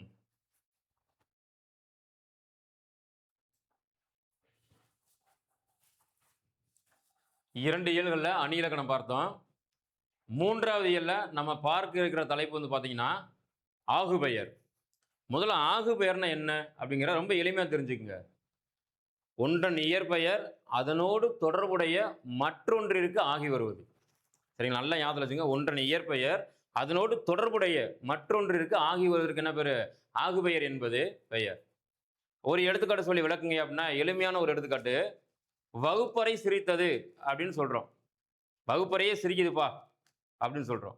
வகுப்பறை என்னைக்காவது சிரிக்குமா? வகுப்பறை என்னைக்காவது சிரிக்குமா? சிரிக்காது. அப்ப வகுப்பறை என்பது எதை குறிக்கிறது? அந்த வகுப்பறையில் உள்ள மாணவர்களை குறிக்கிறது. சரிங்களா? ஒன்றன் இயற்பெயர் அதனோடு தொடர்புடைய மற்றொன்றிற்கு ஆகி வருவது என்னது? ஆகுபெயர். இப்ப அந்த ஆகுபெயரை தான் நம்ம என்ன செய்ய போறோம்? இந்த 3வது இயல்ல பார்க்க இருக்கிறோம். முதல்ல ஆகுபெயர். ஆகு. இந்த ஆகு என்பது என்ன வகை குற்றியலுகரம் அப்படிங்கிறத கீழே கமெண்ட்ல போடுங்க. தோட்டத்தில் மேயுது வெள்ளை பசு. ஏற்கனவே அந்த 6ஆம் வகுப்புல என்ன செஞ்சோம்? அந்த பாடலை பார்த்தோம். எடுத்தோடனே முதல் எடுத்துக்காட்டு என்ன கொடுக்கணும்? தோட்டத்தில் மேயுது வெள்ளை பசு. இத்தொடரில் வெள்ளை என்னும் சொல் வெண்மை என்னும் நிறப்பொருளை தருகிறது. இது இயல்பான பெயர் சொல் ஆகும். சரிங்களா? வெள்ளை பசு அப்படின்னா வெள்ளை கலர் இருக்கக்கூடிய மாடு, வெள்ளை பசு மாடு. சரிங்களா? பசு மாட்டு இருக்கும், காளை மாட்டு இருக்கும், வேறுபாடு உண்டு. சரிங்களா? வெள்ளை பசு என்பது வெள்ளை நிறத்தில் இருக்கக்கூடிய ஒரு பசுமாடு. இதுல என்னது? நிறப்பண்பு அப்படியே வெளிப்படையாக இருக்கு. சரிங்களா? வீட்டுக்கு வெள்ளை அடித்தான். அடுத்து 2வது எடுத்துக்காட்டு என்ன கொடுக்குறாங்க பாருங்களேன். வீட்டுக்கு வெள்ளை அடித்தான். வீட்டுக்கு என்ன செஞ்சான்? வெள்ளை அடித்தான். இப்ப இந்த தொடர்ல வெள்ளை என்பது இங்க என்ன செய்யல? வெள்ளை நிறத்தை குறிக்கல. ஆனால் வெள்ளை முன்னால் தான் இதெல்லாம் இருந்துச்சு. முன்னால் எல்லாருமே கிட்டத்தட்ட ஒரு 15 வருடங்களுக்கு முன்னாலாம் பார்த்தீங்கன்னா மண் சுவர்கள் தான், செம்மண் சுவர்களால் எழுப்பப்பட்ட வீடுகள் தான். சுவர் எழுப்பினான், சுவரை கட்டினான்னு சொல்லக்கூடாது. இது கூட ஒரு வினா. சுவர் எழுப்பினான், மண் சுவர் தான், செம்மண் சுவர் தான். இப்போ நாங்களாம் என்ன பண்ணுவோம் அப்படின்னா, பெரிய தொட்டி இருக்கும், அந்த தொட்டிலாம் சொன்னால் சுண்ணாம்பை வாங்கிட்டு வந்து ஊற போட்டுருவாங்க. ஊற போட்டுட்டு ப்ரெஸ்ஸெல்லாம் கிடையாது சரிங்களா. பனைமட்டை இருக்குல்ல, பனைமட்டை எடுத்து அதை நல்லா தட்டி அதை ப்ரெஸ்ஸாக வச்சு அடிப்போம். எனக்கு நல்லா ஞாபகம் இருக்குது சரிங்களா. அப்போ அந்த ஊற வைக்கக்கூடிய சுண்ணாம்பு, அதுக்கு பிறகு தான் வெள்ளை அடிக்கிறது சரியா. வீட்டுக்கு வெள்ளை அடிச்சிட்டான்னு கேட்குறது என்னது, வெள்ளை நிறத்தை அடிக்கிறது இல்லை, சுண்ணாம்பு. இங்கே வெள்ளை என்பது எதை குறிக்கிறது, சுண்ணாம்பை குறிக்கிறது, சுண்ணாம்பு தூள். இத்தொடரில் வெள்ளை என்பது வெண்மை நிறத்தை குறிக்காமல் வெண்மை நிறமுடைய சுண்ணாம்பை குறிக்கிறது. இவ்வாறு ஒன்றன் பெயர், இதான் முக்கியம், அதனை குறிக்காமல் அதனோடு தொடர்புடைய வேறொன்றிற்கு ஆகி வருவது ஆகுபெயர் எனப்படும். ஆகுபெயர் என்றால் என்ன, ஒன்றன் பெயர் அதனை குறிக்காது அதனோடு தொடர்புடைய வேறொன்றை குறிப்பது, மற்றொன்றிற்கு ஆகி வருவது, வேறொன்றை குறித்து வருவதற்கு என்ன பேரு, ஆகுபெயர் என்பது பெயர். நமக்கு இங்க இருக்க ஆகுபெயர் வகைகள் நிறைய உண்டு. நமக்கு பாடப்பகுதியில் என்ன கொடுத்துருக்காங்க அப்படின்னா, பொருள், இடம், காலம், சினை, குணம், தொழில் என்று சொல்லக்கூடிய 6 வகையான ஆகுபெயர்கள் கொடுத்துருக்காங்க. பொருளாகு பெயர், இடவாகு பெயர், காலவாகு பெயர், சினையாகு பெயர், பண்பாகு பெயர் அல்லது குணவாகு பெயர். பண்பு குணம் இரண்டும் ஒன்று தான். கடைசியில் தொழிலாகு பெயர் அப்படின்னு 6 வகையான பெயர் சொற்களிலும் என்ன உண்டு, ஆகு பெயர்கள் உண்டு சரிங்களா. அப்போ பெயர் சொற்கள் 6: பொருட்பெயர், இடப்பெயர், காலப்பெயர், சினைப்பெயர், குணப்பெயர், தொழிற்பெயர் என 6 வகையான பெயர் சொற்களிலும் என்ன உண்டு, ஆகு பெயர் உண்டு. இந்த 6 வகையான பெயர் சொல் இருக்கக்கூடிய ஆகு பெயர் தான் நம்ம என்ன செய்யறோம், இந்த வகுப்புல பார்க்க இருக்கிறோம். முதல் ஆகு பெயர் பொருள் ஆகு பெயர் சரிங்களா. பொருள் நம்ம 2ஆ பிரிப்போம், உயிருள்ள பொருள், உயிரற்ற பொருள் சரிங்களா. இங்க பொருள் ஆகு பெயர்.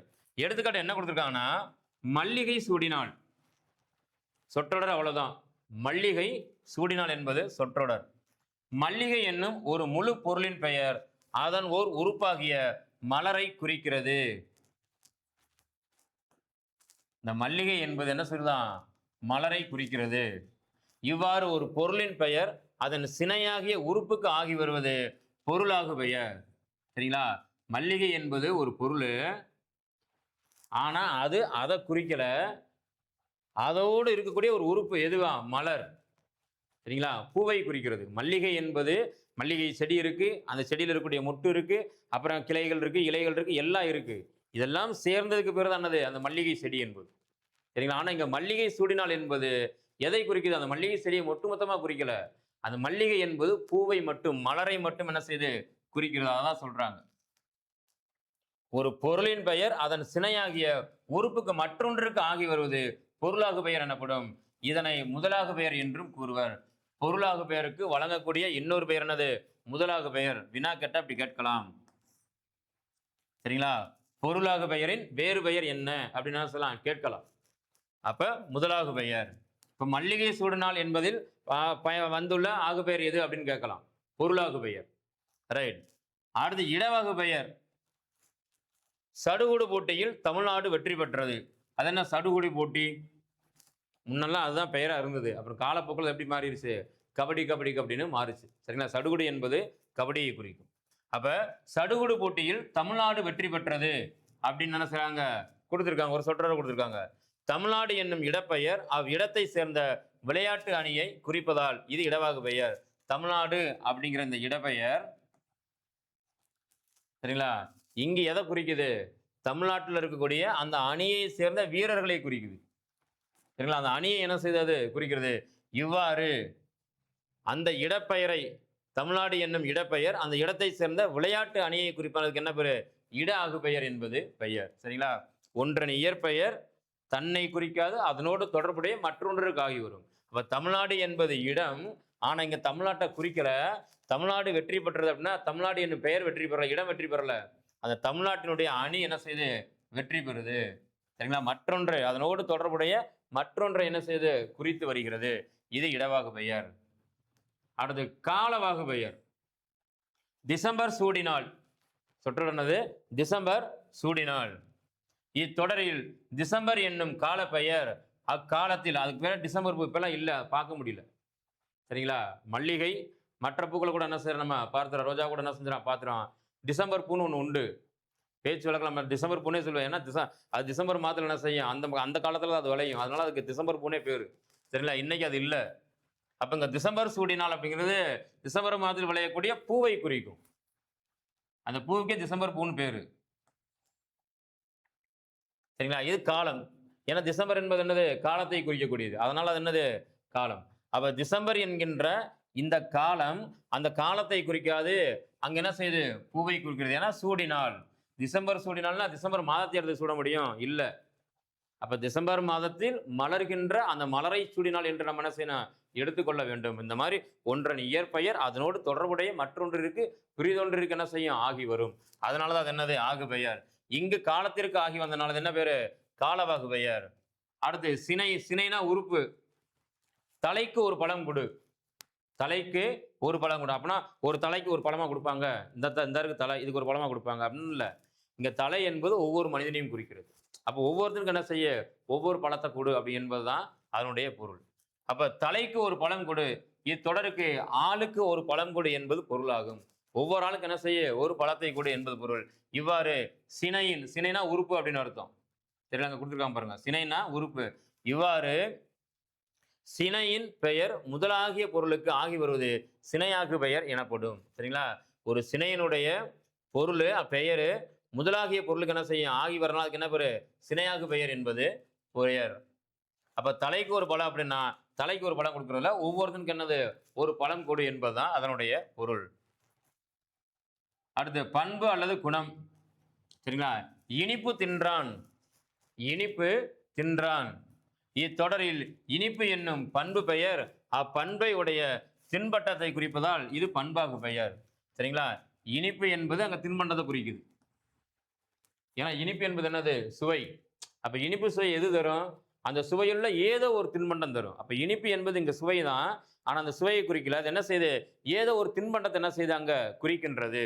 சரிங்களா? அதனால இது என்னது, பண்பு ஆகு பெயர். அது ஜிலேபியா இருக்கலாம், லட்டா இருக்கலாம், ஏதாவது ஒன்றா இருக்கலாம். அடுத்து தொழிலாகு பெயர்.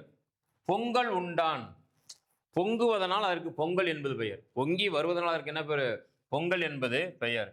இத்தொடரில் பொங்கல் அதாவது பொங்குதல், அல்லு தள்ளு அம்மு ஐ கை இதெல்லாம் என்னது, தொழிற்பெயர்கள் பார்த்துருக்கோம். சரிங்களா? தல் அல் அம் ஐ கை ஊ கு இது எல்லாமே என்னதுதான், தொழிற்பெயர்கள் தான். அப்ப இங்க பொங்கல் என்பது பொங்குதல் என்னும் தொழிற்பெயர். அந்த தொழிலால் உருவான உணவினை குறிப்பதனால். சரிங்களா? பொங்கல் என்பது சாதம் கிடையாது, பொங்குவதனால் பொங்கி வர்றதுனால அதுக்கு பொங்கல் பேரு. ஆனா பொங்கல் என்பது நம்ம எப்படி எடுத்துக்கிறோம், உள்ள இருக்கிற சோறை தான் எடுத்துக்கிறோம். சரிங்களா? அதை தான் இங்க தெளிவா சொல்றாங்க. இந்த தொடர்ல பொங்கல் என்னும் தொழிற்பெயரு அத்தொழிலால் உருவான அந்த உணவை குறிக்கிறது. சரிங்களா? அப்ப பொங்கல் என்பது பொங்குதல் தன்மையுடைய தொழிற்பெயர் அது. ஆனா அது எதை குறிக்குது, பொங்கல் என்னும் உணவை குறிக்கிறது. சரிங்களா?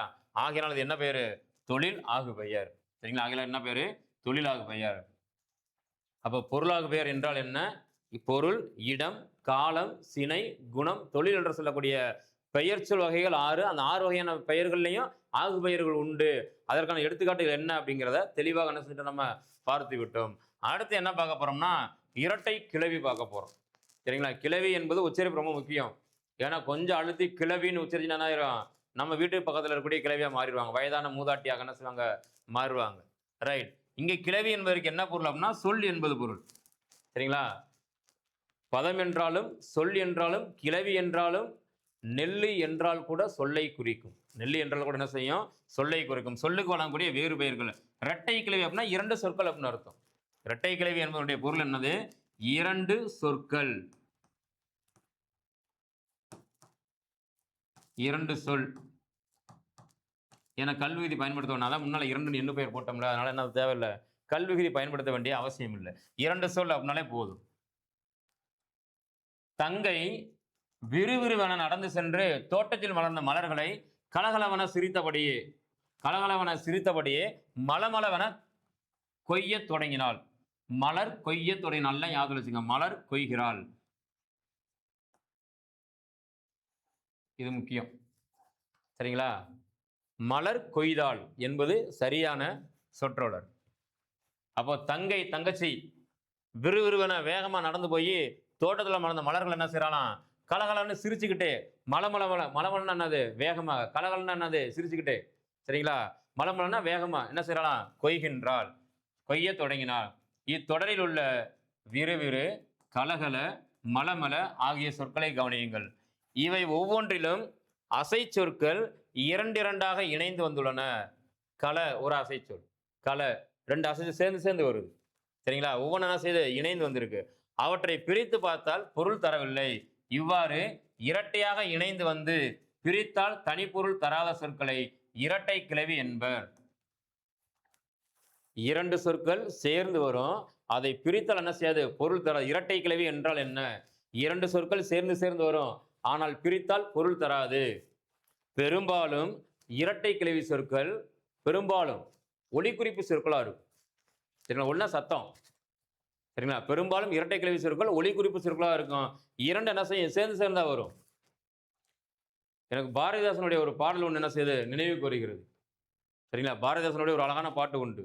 மலையே மலையே வா வா, நல்ல வான புனலே வா வா, இவ்வையத் தமுதே வா வா, தகர பந்தல் தனதனவென்ன, தாளும் கூரை சலசலவென்ன, நகர பெண்கள் செப்பு கூடங்கள் நன்றெங்கும் கனகனவென்ன, மலையே மலையே வா வா, நல்ல வான புனலே வாவான்னு ஒரு அழகான ஒரு பாடல் உண்டு.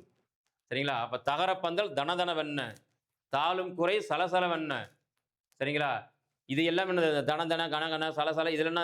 இரட்டை கிளவி சொற்கள். அப்ப 2 சொற்கள் சேர்ந்து வரும், பிரித்தால் பொருள் தரா. அப்ப இரட்டை கிளவி என்பது 2 சொற்கள் சேர்ந்து இருக்கும், பிரித்தால் பொருள் தராது இருக்கும். அதுதான் இரட்டை கிளவி.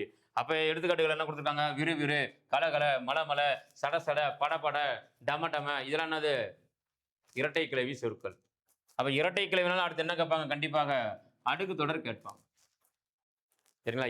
இரட்டை கிளவி கேட்டாங்கன்னா கீழே என்ன செய்யணும்? கண்டிப்பாக அடுக்கு தொடர் கேட்பாங்க. அடுக்கு தொடர் என்ன செய்றாங்க? கேட்டிருக்காங்க. சிறுவர்கள் விளையாடி கொண்டிருந்தனர். அமுதன் திடீரென பாம்பு பாம்பு பாம்பு என்று கத்தினான். சின்ன பையன் என்ன செய்றாங்க? விளையாடிட்டு இருக்காங்க. திடீர்னு பாம்பு உள்ள வந்துருச்சு. உடனே அமுதன் என்ன செய்றான்? டேய் பாம்புடா பாம்பு பாம்பு என்ன செய்றான்? பாம்பு பாம்பு பாம்புன்னு என்ன செய்றான்? கத்துறான். எங்கே எங்கே என்று கேட்டபடியே மற்ற சிறுவர்கள் அவன் அருகே ஓடி வந்தனர். இல்லை இல்லை, சும்மாதான் சொன்னேன் என்று சொல்லி சிரித்தபடியே ஓடினான் அமுதன். அவனை பிடி பிடி பிடி பிடி என்று கத்திக்கொண்டே மற்றவர்கள் துரத்தினார்கள். இப்பகுதியில் சில சொற்கள் 2, 3, 4 முறை இடம்பெற்றுள்ளன. சரிங்களா? ஒரு முறை இல்ல, 2, 3, 4 முறை என்ன செய்து சில சொற்கள் இடம்பெற்றுள்ளன. இவ்வாறு அச்சம், விரைவு, சினம் போன்ற காரணங்களால் ஒரு சொல் ஒன்றுக்கு மேற்பட்ட முறை தொடர்ந்து வருவதை அடுக்கு தொடர் என்பர். எதற்கு நல்லா கவனிச்சுங்க. அச்சம், விரைவு, சினம் போன்ற காரணங்களால் ஒரு சொல் ஒன்றுக்கு மேற்பட்ட முறை தொடர்ந்து வருவதற்கு என்ன பெயர்? அடுக்கு தொடர் என்பது பெயர். அடுக்கு தொடரில் பல முறை இடம்பெறும் ஒவ்வொரு சொல்லும் பொருளுடையது. சரிங்களா? பல முறை இடம்பெறக்கூடிய ஒவ்வொரு சொல்லுக்கு என்ன உண்டு? பொருள் உண்டு. பிரித்தால் பொருள் தந்தால் அது அடுக்கு தொடர்.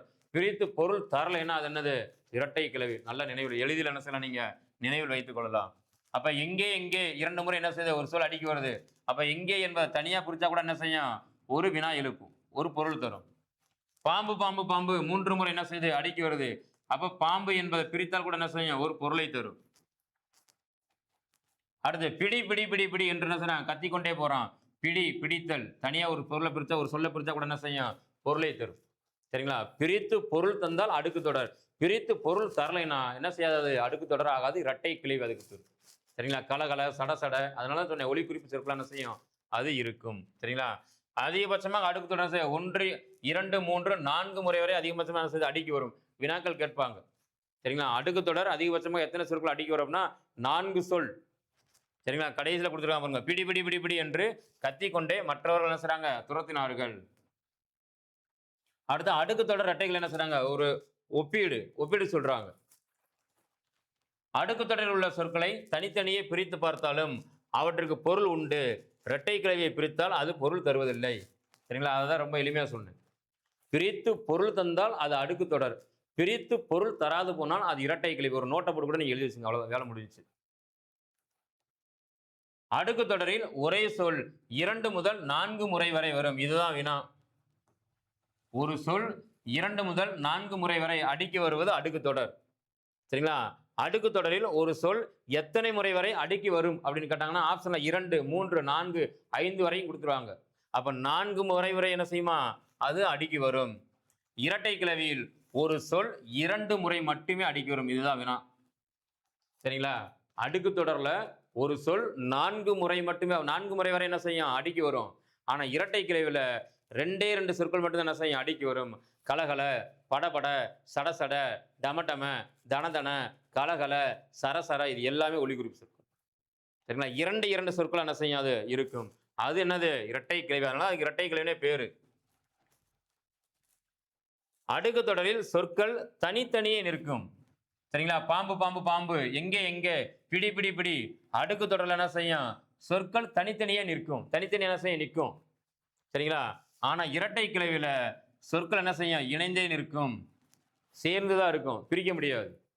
சரிங்களா? சேர்ந்து இருந்தால் இரட்டை கிளைவி. தனித்தனியாக இருந்தால் அடிக்கு வந்தால் அது என்னது? அடுக்கு தொடர். சரிங்களா? இதை நம்ம என்ன செய்யணும்? நினைவில் வைத்துக் கொள்ள வேண்டும். அடுக்கு தொடர் விரைவு, வெகுளி, உவகை, அச்சம், அவலம் ஆகிய பொருள்கள் காரணமாக வரும். வினா இதுதான். சரிங்களா? கண்டிப்பா என்ன செய்வாங்க? இப்படி வினா கேட்பாங்க. விரைவு, வெகுளி, உவகை, அச்சம், அவலம் ஆகிய பொருள்கள் காரணமாக வருவது எது அப்படின்னு கேட்கலாம். எது? அடுக்கு தொடர். இரட்டை கிளவி வினைக்கு அடைமொழியாக குறிப்பு பொருளில் மட்டுமே வரும். ஒரு வினைக்கு அடைமொழியாக என்ன செய்யும்? குறிப்பு பொருளை மட்டும் என்ன செய்யும்? வருவது என்னது? இரட்டை கிளவி அப்படின்னு என்ன செய்றாங்க? கொடுத்திருக்கிறார்கள். அடுத்து பொருளின் பெயர் அதன் உறுப்புக்கு ஆகி வருவது என்ன ஆகு பெயர் அப்படின்னு கேட்கிறாங்க. சரியா? பொருளாகு பெயர், சினையாகு பெயர், பண்பாகு பெயர், இடவாகு பெயர் அப்படின்னு கொடுத்துருக்காங்க. அப்ப பொருளின் பெயர் அதனுடைய உறுப்புக்கு ஆகி வருவது. மல்லிகை சூடினால் அப்படின்னு நம்ம பார்த்தோம். இப்ப மல்லிகை என்பது செடியில் இருக்கக்கூடிய எல்லாவற்றையும் குறிக்கும். ஆனாலும் சூடினால் என்பது அந்த மல்லிகை செடியில் பூத்திருக்கக்கூடிய மலரை மட்டும் என்ன செய்து குறிக்கின்றது. அப்ப பொருளின் பெயர் அதன் உறுப்புக்கு ஆகி வருவது.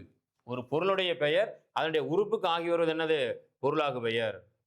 சரிங்களா? சினைக்கு ஆகி வந்தால் அது சினையாகு பெயர். சினைனா உறுப்பு. சரிங்களா? அதுவே பண்பிற்கு ஆகி வந்தால் அது பண்பாகு பெயர். இடத்திற்கு ஆகி வந்தால் அது இடவாகு பெயர். சரிங்களா? இடத்தை இப்ப நம்ம என்ன செஞ்சோம்? தமிழ்நாடு வென்றது அப்படின்னு பார்த்தோம். தமிழ்நாடு வென்றது இடவாகு பெயர். சரிங்களா? மல்லிகை சூடினால் அது என்னது? பொருளாகு பெயர். அதே உரிப்பு கொடுத்தது தலைக்கு ஒன்று கொடு. சரிங்களா? அது என்னது? சினையாகு பெயர். இனிப்பு தின்றன் அது என்னது? பண்பாகு பெயர். அப்ப பொருளின் பெயர் அதனுடைய உறுப்புக்கு ஆகி வருவது என்னது? சினையாகு பெயர். அடுத்து நான் இங்க இருந்து எடுத்து சொல்லிடுறேன்.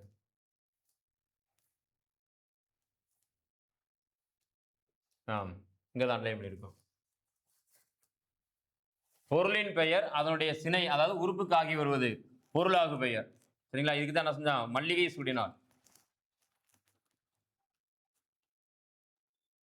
சினையை குறித்து வந்தால் அது என்னது? சினையாகு பெயர். அப்ப பொருளின் பெயர் அதனுடைய உறுப்புக்கு ஆகி வருவது என்னது?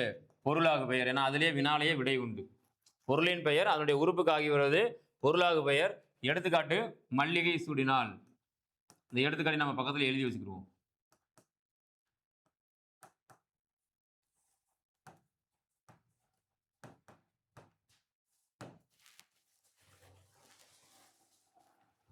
அடுத்து இரண்டாவது, இந்த வேலையை முடிக்க ஒரு கை குறைகிறது என்பது. இந்த வேலையை முடிக்க ஒரு கை குறையுது. அப்போ ஒரு கை அப்படின்றது எதை குறிக்கிறது? சினையை குறிக்க. கைன்னு என்னது? உறுப்பு. சரிங்களா? இந்த வேலையை முடிக்க ஒரு கை குறையுது அப்படிங்கிறது என்னன்னு கேட்குறாங்க. இது முதலாகு பெயரா அப்படின்னு கேட்குறாங்க. இல்லை. பொருளாகு பெயருக்கு வழங்கக்கூடிய இன்னொரு பெயர் தான் என்னது? முதலாகு பெயர். அப்போ இது இல்லை. அப்போ தொழிலாகு பெயரா? இல்லை. பண்பாகு பெயரா? இல்லை. அப்போ என்னது? சினையாகு பெயர். ஒரு கை குறையினா ஒரு ஆள் குறையிறான் அப்படின்னு அர்த்தம். ஒரு ஆள் என்ன செய்யறாங்க? குறையிறான். அப்போ என்னது? சினையாகு பெயர். அடுத்து மழை சடசடவென பெய்தது. எப்படி பெய்யுது மழை? சட சடன்னு பெய்யுதா அப்படின்னு சொல்றோம். அப்ப சட பெரும்பாலும் சொல்லியிருக்கேன், இரட்டை கிளவி சொற்கள் ஒலி குறிப்பு சொற்களாக தான் பெரும்பாலும் இருக்கும். சரிங்களா? அப்ப சட என்பது என்னது? கண்ணை முடிட்டு பிரிச்சா பொருள் தருமா? சட அப்படின்னு பிரிக்கிறோம். பிரிச்சா பொருள் தருமா? அப்ப இங்க சேர்ந்தே வந்திருக்கிறது. பிரித்தால் பொருள் தராமல் இருக்கிறது. ஒலி குறிப்பு சொல்லாக இருக்கிறது. ஆகையினால் கண்ணை மூடிட்டு நீங்க என்ன செய்யலாம்? இரட்டை கிளவியை சூஸ் பண்ணிடலாம். இது ஆகு பெயரா? இல்லை. அடுக்கு தொடரா? இல்லை. தொழிலாக ஆகு பெயர் வராது, அடுக்கு தொடர் வரும். அப்ப என்னது? இரட்டை கிளவி தான். அடுத்து நான்காவது என்ன கொடுத்துருக்காங்க? அடுக்கு தொடரில் ஒரே சொல் எத்தனை முறை வரை அடிக்கு வரும் அப்படின்னு கேட்குறாங்க. தெளிவா பார்த்தோம். 4 முறை அடிக்கு வரும். அடுக்கு தொடர்ல ஒரு சொல் எத்தனை முறை வரை அடிக்கு வரும்? 4 முறை அடிக்கு வரும். சரி, ரைட். அதே மாதிரி இரட்டை கிளவியில் ஒரு சொல் எத்தனை முறை அடிக்கு வரும் அப்படிங்கிற நீங்க என்ன செய்யுங்க, கமெண்ட்ல கொடுங்க.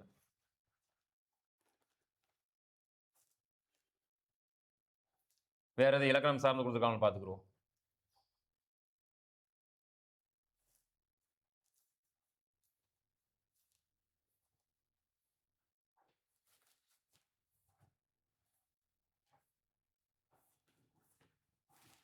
ரைட். அப்ப 7ஆம் வகுப்பு 3ஆம் பருவம் இயல் 3ல் இருக்கக்கூடிய தலைப்பு ஆகுபெயர். ஆகுபெயர் என்பது ஒன்றன் இயற்பெயர் தன்னோடு தொடர்புடைய மற்றொன்றிற்கு ஆகி வருவது.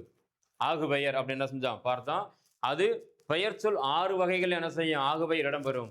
பொருளாகு பெயர், இடவாகு பெயர், சினையாகு பெயர், குணவாகு பெயர், தொழிலாகு பெயர் அப்படின்னு செஞ்சோம் பார்த்துருந்தோம். அப்போ பொருளுக்கு ஆகி வருவது பொருளாகு பெயர். சரிங்களா? ஒரு பொருள் அதனை குறிக்காது, அதனுடைய துணையாக இருக்கக்கூடிய சினைக்கு ஆகி வருவது பொருளாகு பெயர் அப்படின்னு என்ன செஞ்சோம் பார்த்தோம். எடுத்துக்காட்டு மல்லிகை சுடினால் அப்படின்ற எடுத்துக்காட்டு நம்ம என்ன செஞ்சோம் பார்த்தோம். இப்போ ஆகு பெயரை தொடர்ந்து அடுத்து நம்ம பார்க்கக்கூடிய இலக்கண தலைப்பு என்ன பார்த்துருந்தோம், இரட்டை கிளவி அடுக்கு தொடர் பார்த்துருந்தோம். சரிங்களா? 2 சொற்கள் சேர்ந்தே வந்து ஒலி குறிப்பு சொற்களாக இருந்து, சரிங்களா, பிரித்து பொருள் தராது இருந்தால் அது என்னது, இரட்டை கிளவி அப்படின்னு பார்த்தோம். அடுக்கு தொடர் என்பது என்ன செய்யும், ஒரு சொல் ஒன்றுக்கு மேற்பட்ட முறை அடிக்கு வரும். 2, 3, 4 என்று என்ன செய்யும் அடிக்கு வரும். பிரித்தால் என்ன செய்யும், பொருள் தரும். சரிங்களா? அடுக்கு தொடர் சொற்கள் வந்து தனித்தனியாக தான் வரும். தனித்தனியாக என்ன செய்ய வரும் அப்படிங்கிறப்ப இந்த 3ஆம் பருவத்தில் நம்ம பார்க்கக்கூடிய தலைப்பு ஆகுபெயர். பொருள், இடம், காலம், சினை, குணம், தொழில் என்று சொல்லக்கூடிய 6 வகையான ஆகுபெயர்களை பார்த்துட்டோம். இரட்டை கிளவி என்றால் என்ன, அதற்கான எடுத்துக்காட்டுகளை பார்த்துட்டோம். அடுக்கு தொடர் என்றால் என்ன, அதற்கான எடுத்துக்காட்டுகள் என்ன செஞ்சிட்டோம் பார்த்துட்டோம். சரிங்களா? அடுத்த வகுப்புல என்ன செய்வோம், என்ன இலக்கணம் வருகிறது அப்படிங்கிறத அடுத்த வகுப்புல தொடர்ச்சி நம்ம என்ன செய்வோம் பார்ப்போம்.